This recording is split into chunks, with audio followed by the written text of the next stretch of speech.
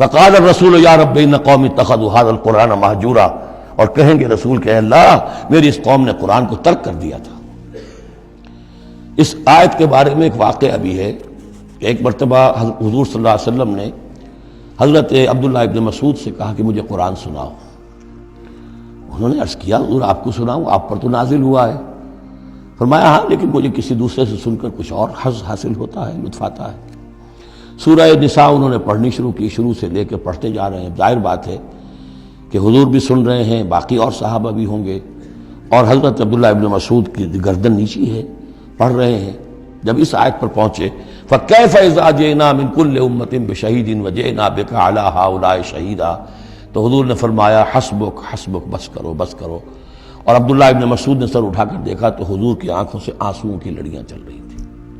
اپنی قوم کے خلاف مجھے گواہی دینی ہوگی، وَجِئْنَا بِكَ عَلَىٰ هَٰؤُلَاءِ شَهِيدًا۔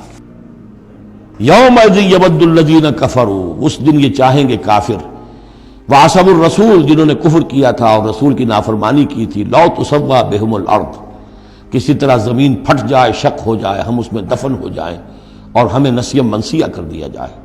ولا یکتمون اللہ حدیثا، اللہ سے وہ کوئی بات چھپا نہیں سکیں گے۔